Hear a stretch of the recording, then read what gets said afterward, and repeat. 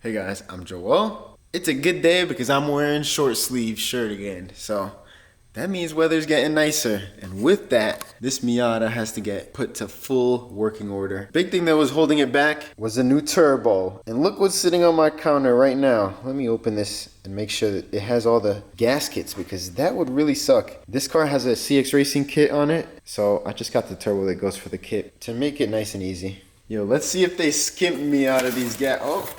That's it, I already shut my ass up that quickly. They shut me up quick. It came with a flange in case if you needed to make an exhaust, which is cool. Damn, this thing looks so crispy. Damn, it's definitely because it's new, but this thing looks so nice. Oh, let's see this actually. Look at that, you guys can see. Absolutely no play, in and out, side to side. This should be ready just to get installed right away. Yeah, look at how crusty. I'm gonna start off by removing both oil drain and feed line.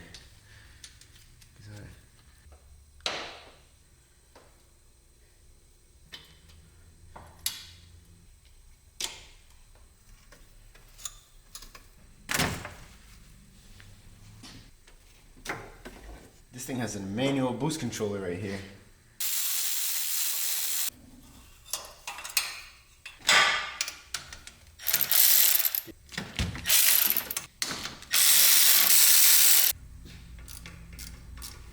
I'm trying to pop this off so that I can get more access to the turbo bolts.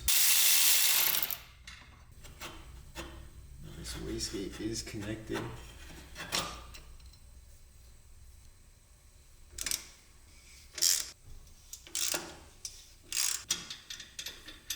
What the hell is this one loose? It is. How can I get that last one? What? Oh, okay, so it's nut and bolted with Home Depot hardware. So I'm definitely gonna get at least some new Home Depot hardware.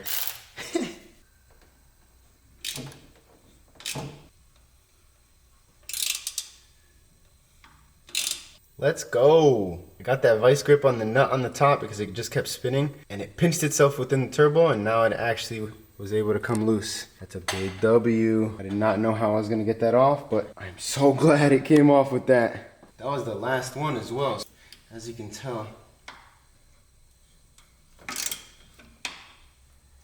There we go. That's why I was getting tighter and tighter towards the end. The nut broke, but that's what I wanted because now it's loose. Oh, let's go. I want to make sure that this new turbo is clocked the exact same way as the old turbo, and it looks like it's pretty close. It's just a little bit to the right, so I'm gonna have to loosen that a little bit and get it kicked away. Yeah, this is definitely gonna need to get clocked because it wants to go directly into the chassis. And then also to get to the back bolts, it's a lot easier just to pop off this back V-band housing, so I'm gonna do that as well. Maybe not the best thing to be using, brake clean, but it's all grease.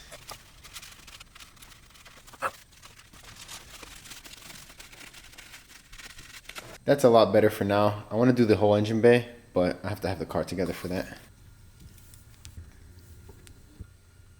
Or the gasket material. You may be tempted to want to use this gasket because it looks like it would be good, but they're absolutely garbage. They split in half, and as you can tell, just let all the exhaust out. Style gasket you want is the metal one. This is gonna crush and make a really nice seal. This stuff is so stubborn on there, so I'm gonna hit it with the roll lock wheel.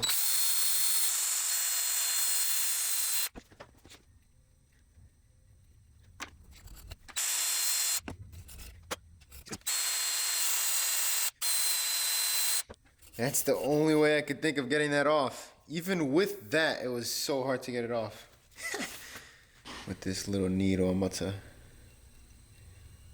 clean that hole out and run it through some water. She should be good now. These two are clean now, but it's very interesting that this has a small little restrictor because this is normally for ball bearing turbos, but the car came with this, so I'm gonna put it back on. My E30 does not have a restrictor fitting. It's just a straight through since it's a journal bearing. So yeah, I'm gonna keep an eye on this.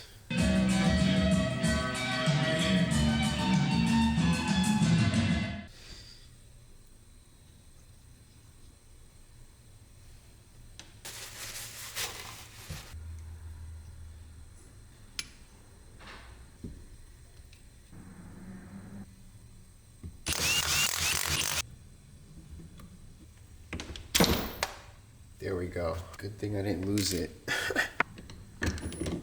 Okay. There's a bunch of oil on this mating surface. I don't know if that's supposed to be like that, and there's no gasket. I might clean the oil off and then just run it bare like that. I'm opting for clean it.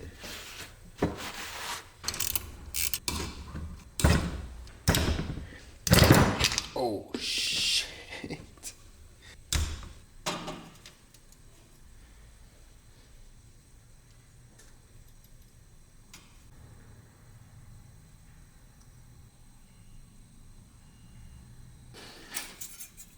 I put it with the crush facing down. I don't know if it matters. This is the hardware that I have. Just some Home Depot ones.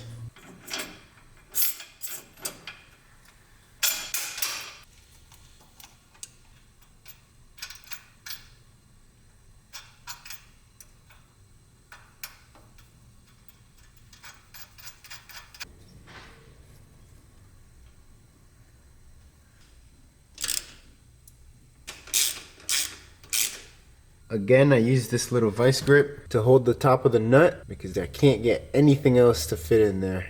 But it definitely worked, so I can continue. I can slide the back section in too.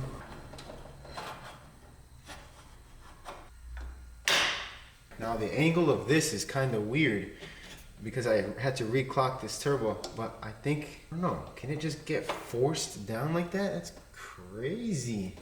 This is very odd. Not able to go down enough. This is the angle of this. What? On the old turbo as well, it does not really line up well at all. I checked back on the footage that I had, and it was like that. There's no way that that can be good for the wastegate. That just seems so off and wrong. I also looked it up and they said as long as this actuator opens and closes, then there should be no issue. As long as it's not binding up. So let's see if it's binding up. Ow! Holy shit, that hurts.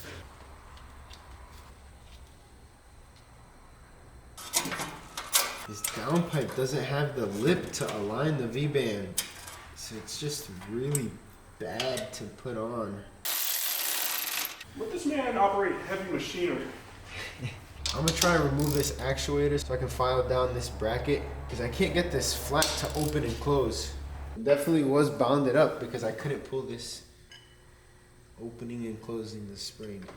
I'm just coming in with this file to try and make some clearance.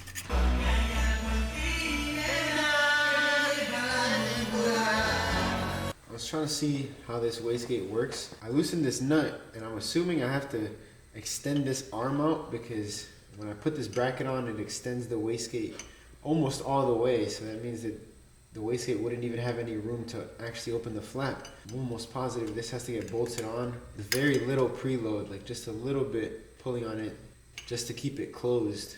That's the groove that I got into it. Let's see if it's enough. Oh my God. The actuator is here, and for it to get down to there, just needs a little bit more. I'm not working with too much, but I'm an asshole for not just taking this out because it's gonna be so much easier to file that now. This is so much better.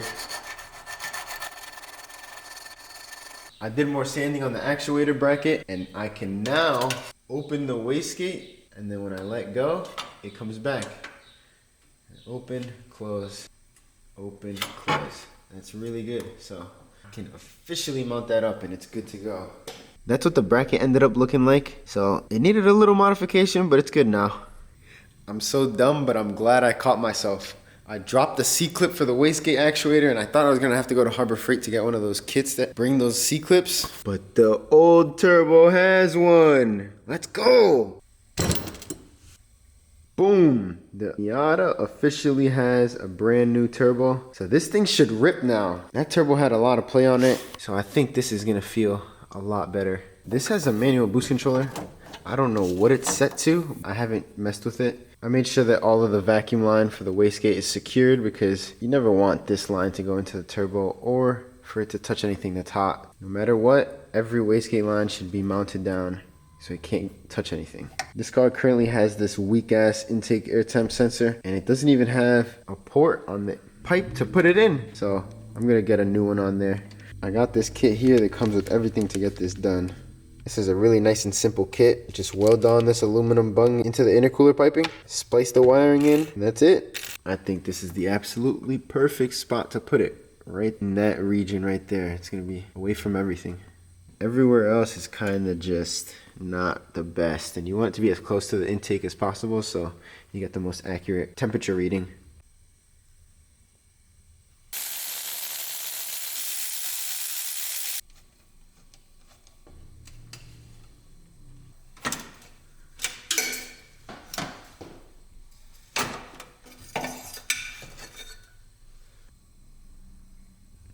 I used some isopropyl alcohol and wiped it down. I'm also gonna fix this while I'm at it. This was rubbing on the alternator belt because the intercooler was loose and it allowed the pipe to move a lot and touched it up and almost went through. So I'm gonna drill 2 holes at the ends so that I can make sure that it doesn't crack from here on out. I'm dumb, I did the isopropyl alcohol and wiped away my mark. I forgot this vise had a thing to hold pipes.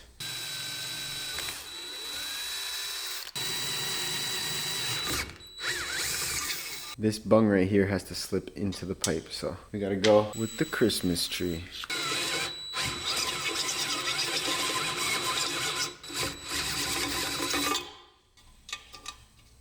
That is perfect.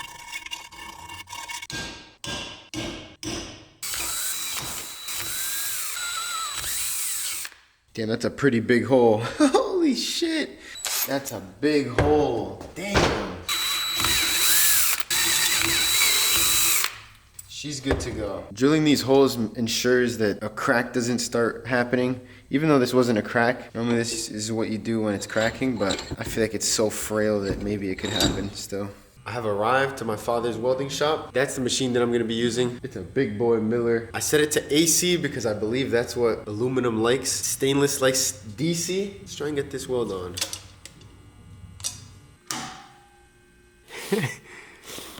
I'm not doing that one-handed. This one has the button. I much prefer to have the pedal, but I don't even know where the pedal is. Where's the pedal? Is there a pedal? Why is it not going? It's over here. Okay, yeah, the pedal is definitely working now. There's like a protective coating on this pipe that you gotta burn off before you start feeding rod onto it. So it makes it pretty difficult to weld onto this aluminum, but yeah, it just takes practice. That is horrible. That's crazy. No way, did I already mess the threads up on this? Fuck, there's a weld on the inside of this. What the fuck, how did that get there? Bruh, whatever, I'm just gonna keep going and wow, that's ruined. That is 100% ruined. Fuck! All the threads are gone. Holy shit, it just complete. So the problem is the weld is rounding over and going into where the threads are. I might as well just try and finish it. I have no idea what to do. I definitely should have grounded down the pipe around the outside so that I was welding to actual metal and not the coating that's on the metal.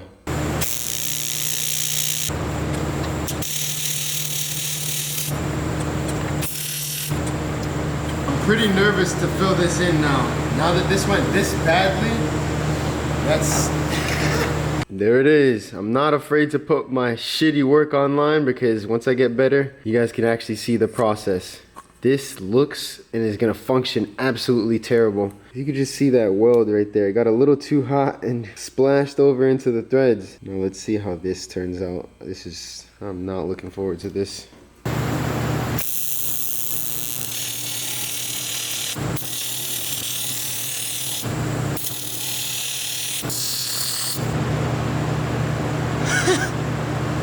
Oh my god. Oh. This one I just went back over it again to make it look a little bit better. Step one in Operation Save the Threads is going to be with this Dremel and a carbide burr. I'm going to go in there to try and just remove as much material as I can so that hopefully I can try and chase it with a 1/8 inch NPT tap. Even though I don't think it's going to seal because this is indented right here, it probably seals around this lip right here at the top of the bung. I'm going to try really hard not to touch any of the other threads, but it's a lost cause at this point. If I can manage to save it, good, but I'm not gonna be too hard on myself.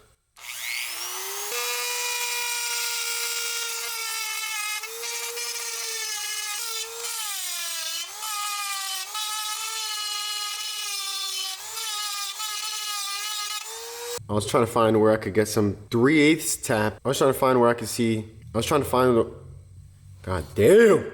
I was trying to see where I could find the 3/8 MPT tap because I thought it was 1/4 inch, but it's actually 3/8. Harbor Freight has it. Look at that. $18 for a set of 6 pieces. And everywhere else, that one tap is $12 alone. So I'm gonna go to Harbor Freight.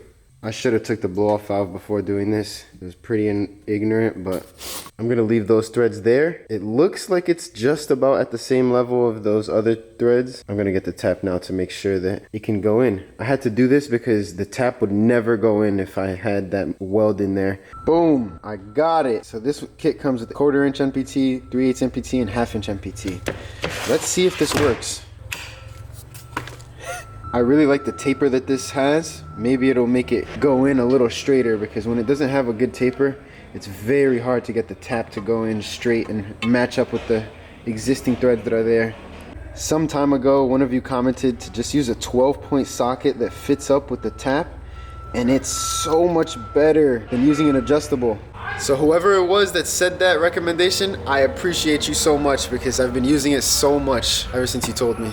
What I like to do is I look straight above the hole and make sure that the dot on the tap lines up perfectly with that line of sight that I'm doing right now. And then you just kind of send it, and that's kind of the best odds of it going in straight. I only want to fix the tap at the beginning. I don't want to ruin all the threads after.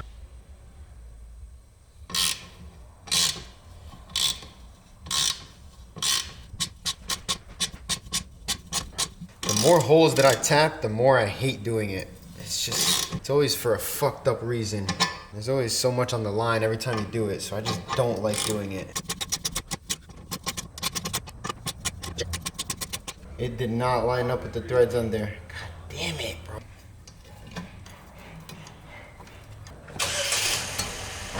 Good to go. It does have a gasket though. What the hell? I could lift it up incrementally, right? What do you mean? There we go. That's what the threads are looking like. A little bit better. They're still kind of fried, but let's see if the temp sensor goes in. It's going. It's going. Are you not gonna sell it now? Of course. I don't think you are. I don't think you are. There's that little gap under it right there. Actually, that looks like it might be sealing pretty well on the inside. Is that Loctite on there? Yeah, I don't know. This is what it's like to overthink.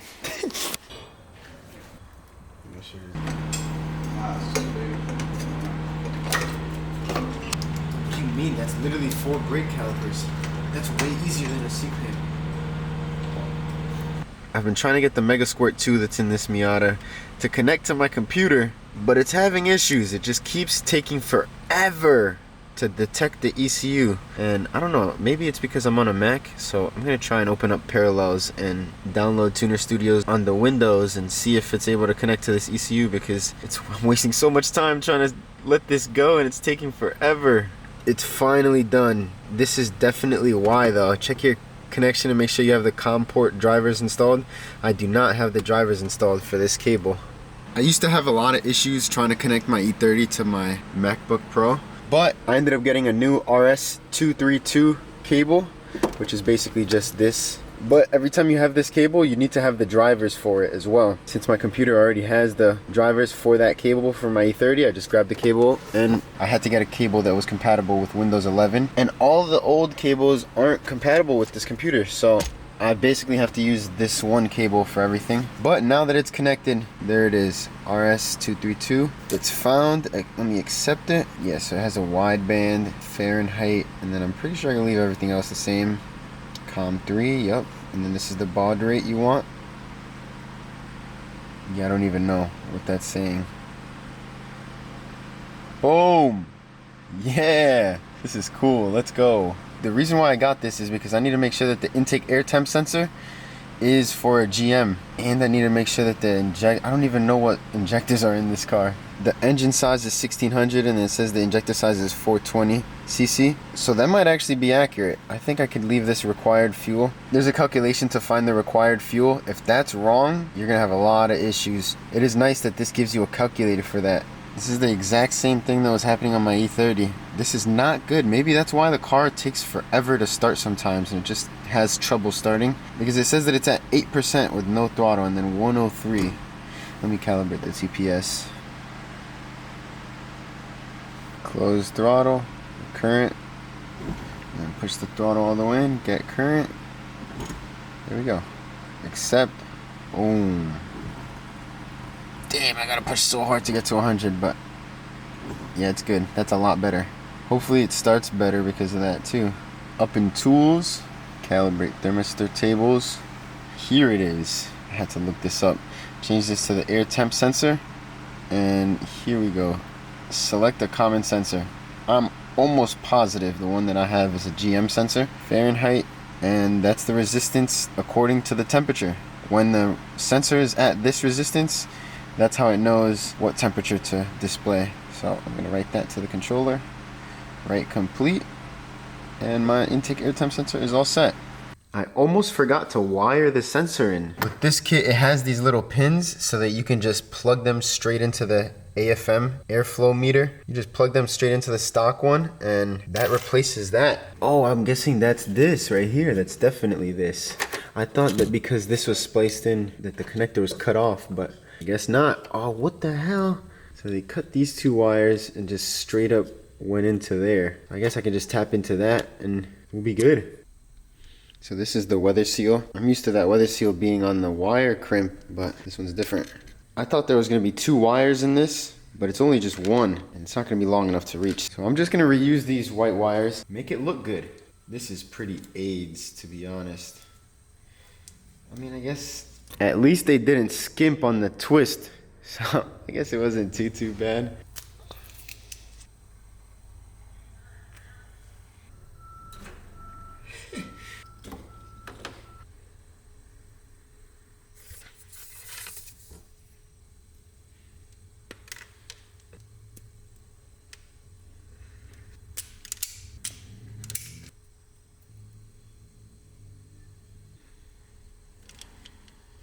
That is a solid crimp.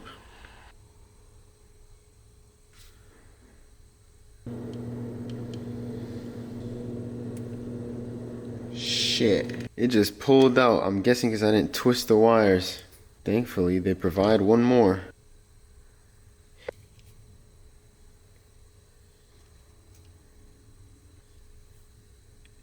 Thankfully, they provided one extra crimp, and those are solid now.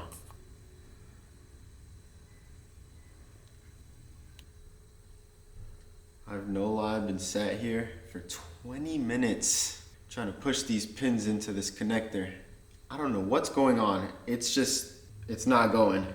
This is the shit that you just don't see sometimes. Sometimes it takes a really long time to do a very simple task, and there's just no explanation for it. Like, what the hell?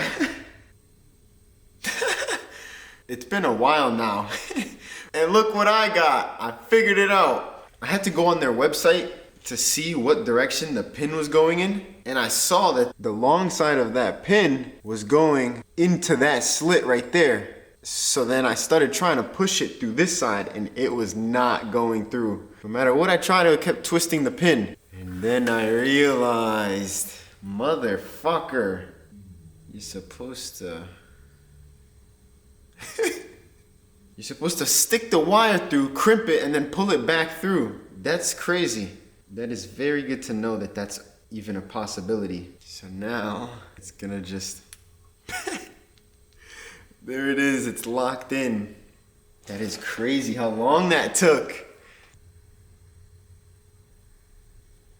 Perfect. I'm gonna wrap it in some Tessa tape as well.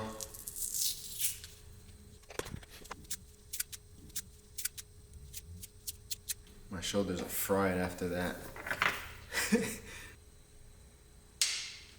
No way. So I originally was gonna run it back over there because that's how it was, but I didn't like how that looked. So I just put it back to where the stock location was, assuming so because the airbox would be over here. So I ran the wire behind the radiator all the way up over into the sensor, and it fits perfectly with this wire that has no more length to go.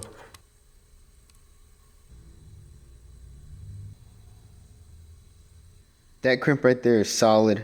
I wrapped it up as if it worked, so I really hope it does. All right, let's change this to manifold air temp. 63, let's go. That's the temperature that it is right now. As you can see, 65 degrees. Let's see how this starts up with this throttle position fixed. Wow, that is beautiful.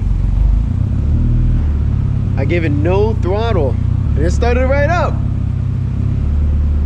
Air fuel ratio, what is up with this?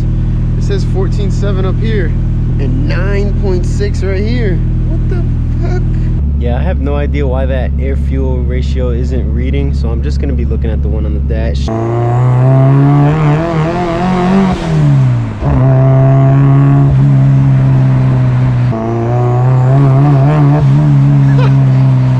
I'm giving it no throttle and it's just spooling. But it's still smoking a little bit. I'm hoping that that's just residue oil inside the exhaust.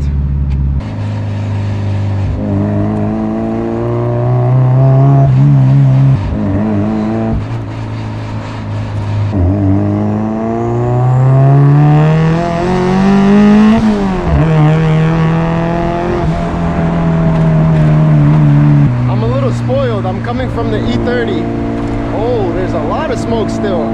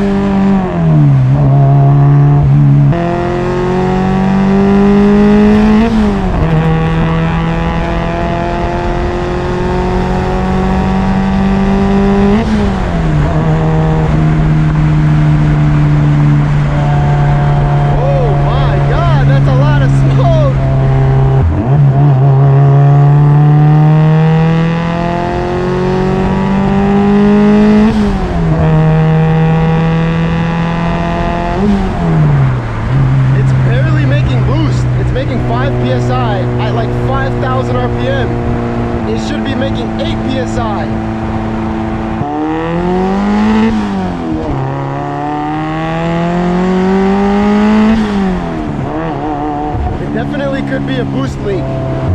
Wow, what is going on here? This field looks amazing right now. What? Damn.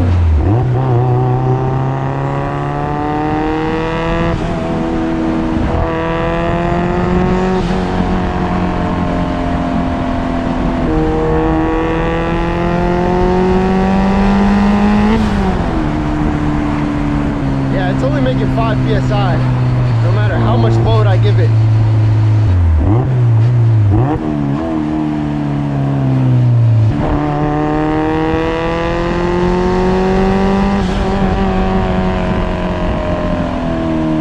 There was no smoke. Oh, right as I say that. A little bit. I think it's getting better though. Is this stupid to try this right here?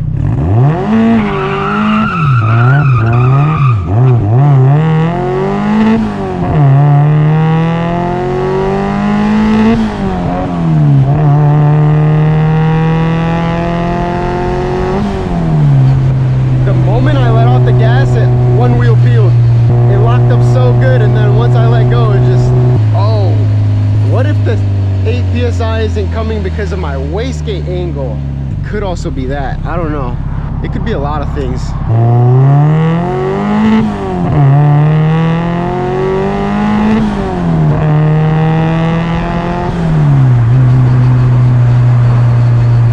I'm gonna end this video here. The turbo is installed. The smoke cleared up, assuming the smoke that came out at the beginning was just oil that was in the exhaust from the old turbo, but doing some good rips on it, ended up clearing it out. I gotta find now why it's not making full boost. I still have to do a bunch of research to see why the Mega Squirt isn't seeing the AFR reading. That's like the most important part, because if the ECU isn't seeing a signal, then I can't data log and it's very hard for me to make any adjustments. So that's definitely a priority. Thank you guys for watching. Stay tuned. It was 90 degrees today in April in Connecticut. So it's gonna be a hot one this year. We're gonna do a lot of driving. Thank you for watching.